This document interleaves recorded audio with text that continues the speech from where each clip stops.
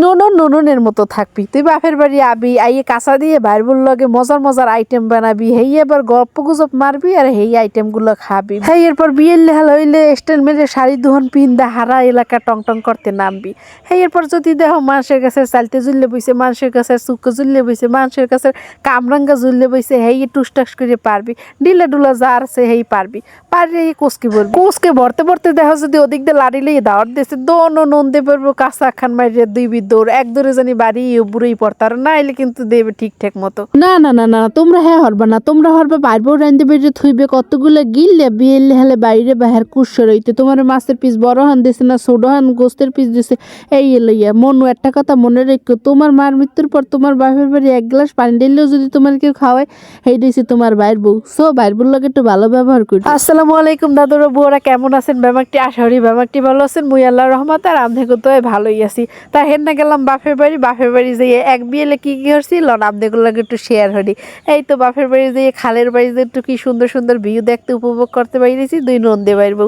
যাইতে যাইতে দেখি গাছের লগে যে এত সুন্দর সুন্দর যে গাছের ঝুলে বইছে, কি কয় মানি প্লান্টটা কি কয় জানি গাছ, এইগুলো এত সুন্দরভাবে হইয়ে বইছে। প্রকৃতির কত নীলা খেলা দেখেন, একলা একলার মোরা কত পানি কত সার ওষুধ দিয়ে এত সুন্দর বানাইতেরি না। আর এই গাছের লাগে এমন পরিমাণ হইয়ে বইছে যা ধারণার বাহির, মানে অভাব নাই অভাব ছাড়া। হেন মুই কিছু ছেড়ে লইলাম কারণ মোর শখের রান্নাঘরে মুই হাজামু দেখে এর লেগে মুই আবার ঠিকঠাক মতো ভেঙে লইছি। আর বাইরের উপর দিছি ক্যামেরা ধরতে, কারণ মোর তো এই ভিডিওতে ছাড়তে হইবে এর লেগে। আর দেখেন কত সুন্দর সুন্দর গাছ, এইগুলো ছোটগুলোও আছে আর একটা বিশাল বিশাল একটা পাতা দেখেন গাছে এরম ভরা।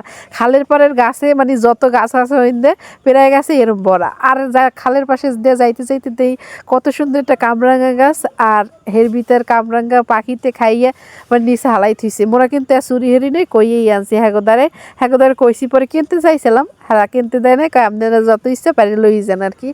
হ্যাঁ এরপরে আসে হেই পাড়ি ঠেরে আইসি দুই নন্দে বরবর।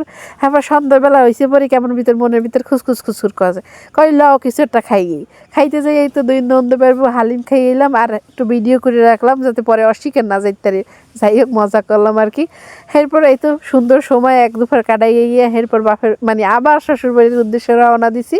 আর শ্বশুরবাড়ি আইতে দেন পাশে কত সুন্দর ভিউ আর কি।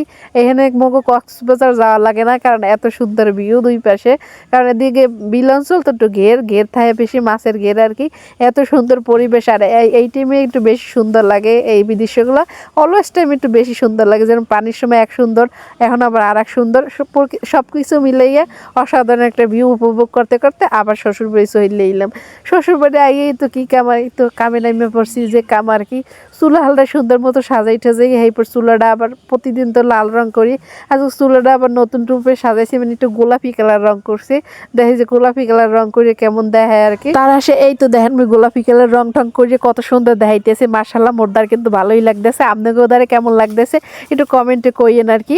আর এই তো ফাইনাল লুক আর কি মোর চুলাহালের। মোরদারে কিন্তু বেশ ভালোই লাগতেছে, লেপলে পচলে কিন্তু অসাধারণ একটা লুক দেখায়। যাই হোক আপনাকেও ভালো লাগলে একটু লাইক কমেন্ট ফলো করে দিন। আল্লাহ হাফেজ।